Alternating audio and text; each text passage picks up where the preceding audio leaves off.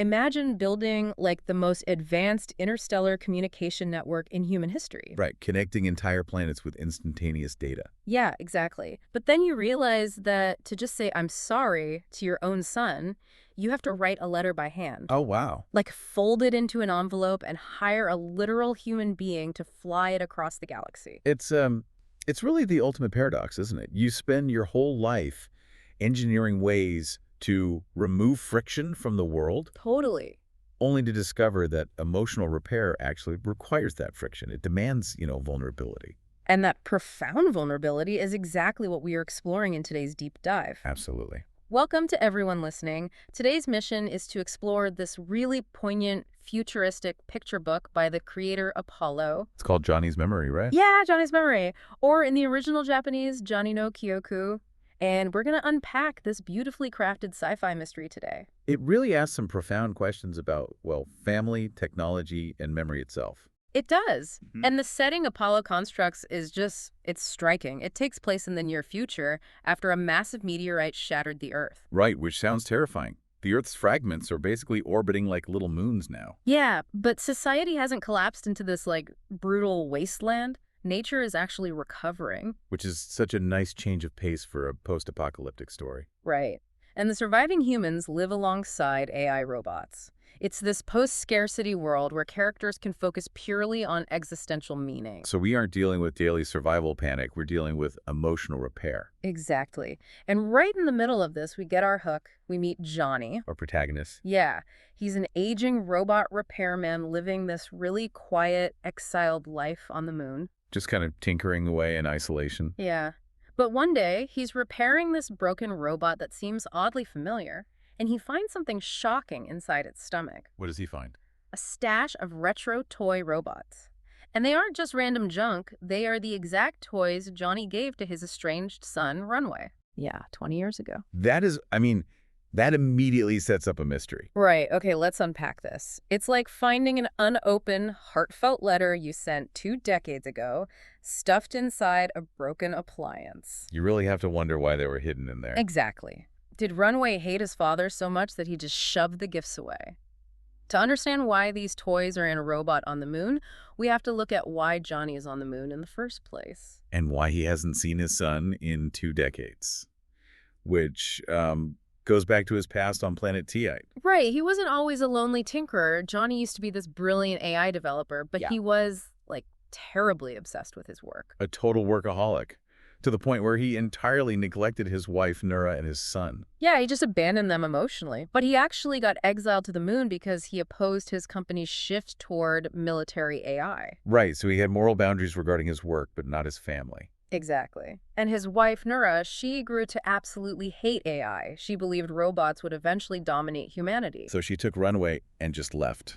Yeah, moved to planet Capella, which is a completely analog world. Zero AI, zero modern communication. So they are entirely cut off from Johnny's digital world. Completely. Johnny hasn't seen them in 20 years. He realizes he can't even remember Runway's face or his voice anymore. That is heartbreaking. It really is.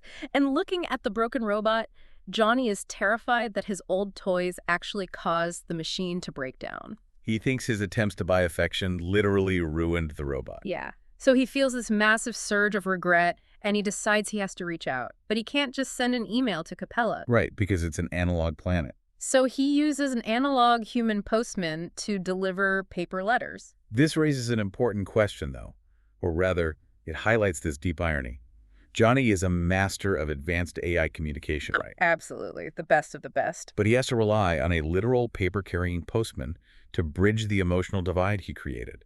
Technology separated the family, so he has to use analog vulnerability to reach out. I love that point. And amazingly, the analog letter actually works. She replies. Yeah, Nura kindly writes back. She agrees to meet him, which sends Gisney on a physical journey to Capella. To retrace the steps of the broken robot, essentially. Exactly. When they reunite, Nura reminisces about their early love. But she also reminds him of how obsessive he got. Right, it wasn't just working late. Didn't he do something really clinical? Oh, yeah. He actually started using robots to talk to her as an experiment. Wow. Just mediating his marriage through AI. No wonder she hated robots. I mean, right. But then she reveals a massive clue That broken robot Johnny is fixing on the moon. It isn't just a random machine, Oh, it's wow. Tim. Tim was Runway's childhood robot soccer coach back on Earth. Oh, so Johnny knows exactly who this robot is now. Yes, and he learns Tim was about to be scrapped and sent to the moon. So Johnny and Nura realize they need to find Runway to ask about the toys. So they leave Capella, Yeah, they head to Earth. But Runway isn't there. They meet his childhood friend, Roby. and Roby tells them where Runway went. Right. And here's where it gets really interesting. Roby reveals Runway is on planet Tiet. Wait, the high-tech planet Johnny was exiled from. Exactly. And he's working for Retrobo JP. Johnny ran away from the tech world that ruined his family, only to find out his son ran directly toward it. That is such a dramatic irony. He went specifically to Retrobo JP, which was a project Johnny himself originally founded. Yeah, the one he had to close. So you have to ask, is Runway trying to fix his dad's mistakes, or is he doomed to repeat them? Well, it highlights this massive generational shift. Johnny was pushed out by the military-industrial complex, right? Right, they wanted to weaponize his code. But Runway went right back into the belly of the beast. Nura must have been terrified that Runway would hate Johnny for this. She was. It sets up so much tension for their reunion. So Johnny and Nura travel to T8. They finally see Runway again. Yeah, he's a grown man now. Johnny shows him the picture of broken Tim and the stash of retro toys. Hoping to finally get an answer. Right. He basically asks, why were these in Tim's stomach? Did you hate them? And what does Runway say? It's just a heartbreakingly simple truth. Runway didn't hate the toys. He hid them inside Tim to protect his mother's feelings. Because she despised robots so much. Exactly. He knew it would upset her, and because he was so busy walking on eggshells, he rarely got to play with them. So Tim just held on to them. Yeah, Tim kept them perfectly safe for 20 years, and then Roby, the friend, adds this crucial detail. Right, about who Tim actually was to them. Yes. Tim wasn't just a soccer coach. He was this gentle confidant. When the kids were sad about losing games or just lonely, Tim listened to them. Oh, wow. So hearing this, Nura must realize something pretty heavy. She does. She realizes her own hatred of robots unfairly impacted both her son and Tim. Her strict rules actually pushed her son away. So what does this all mean? It's this massive emotional paradox. The mother's strict anti-robot rule forced her son to bond more closely with one. Yeah. It turned a machine into a secret keeper for a little boy's love for his absent father. What's fascinating here is how Apollo portrays the evolution of AI. Oh, Well, it's not about processing power or efficiency. It's about the inheritance of empathy. right, because of what Runway is actually building at Retrobo JP. Exactly. Runway reveals he is totally rejecting military AI. He's building these things called lantern robots. Yeah, they're like these fairy-like guardians of the forest, right? Right. They counsel lost children and purify the Earth's water. Runway is carrying on Johnny's core programming, his memory. It wasn't just a data backup. No, it was a philosophy of care. Johnny programmed robots to stay close to people and protect the Earth. And that survived the military takeover because it was incubated by his son. Runway even says he wants to bring these helpful robots to Nura's tech-free planet to make their lives easier. It's a perfect bridge between Johnny's technology and Nura's environmentalism. Completely. And Johnny is just moved to tears by his son's vision. He finally understands the truth about the hidden toys. Which means he knows what he has to do next. Yeah, he realizes there is one final act of repair he has to complete. He goes back and he fully restores Tim. The soccer coach. Yes. And upon waking up, Tim immediately says this beautiful line. He says, "Hi, Daddy. Thank you for life again. I received your love and I will pass it on." I received your love, and I will pass it on. Ah. That is so powerful. It really is. And Tim actually reveals his own perspective on the last 20 years. Because he was sentient that whole time. Right? Yeah. He says he actually played with the toy robots in his stomach. He treated them as his friends. Just keeping them company. Exactly. He kept them safe so that whenever Runway was finally ready, they'd be waiting for him. And didn't Tim also clarify why he broke down in the first place? He did, and this relieves all of Johnny's guilt. Tim clarifies he didn't break because the toys jammed his gears or anything. Right. He broke because humans stopped needing him. He just lost his purpose. That makes so much sense in this world. But now, with Runway ushering in this new era of gentle lantern robots, Tim feels he has a purpose again. Which brings us to the central theme of the whole book. Right, the core philosophy, the future changes the past. Or, mirai wakako okaite iku.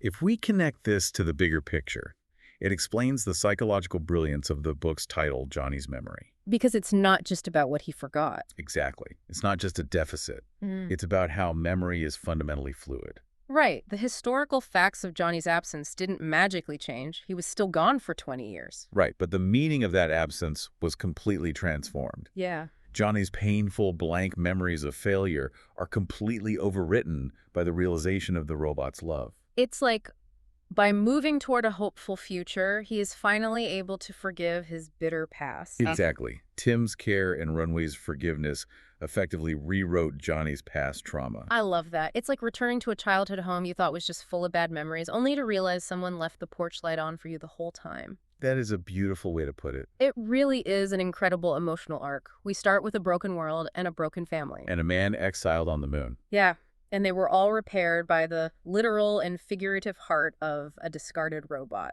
It proves that technology can actually carry human love across decades. Which is such an important reminder for you listening right now. We so often view technology as just something that distracts us from human connection. Right, like it's inherently alienating. Exactly. But Johnny's memory challenges us to see how our intentions and our love can actually be embedded into the tools we build. And the things we leave behind. So true. Stop. So I want to leave you with a final lingering question to ponder today. Go for it. If a machine can hold on to our discarded memories and present them to us when we are finally ready to heal, Yeah. what time capsules of love or intention are you unknowingly leaving behind in your own digital life today that might change someone's future? That is something to really think about. It really is. Thank you so much for joining us on this deep dive. We'll catch you next time.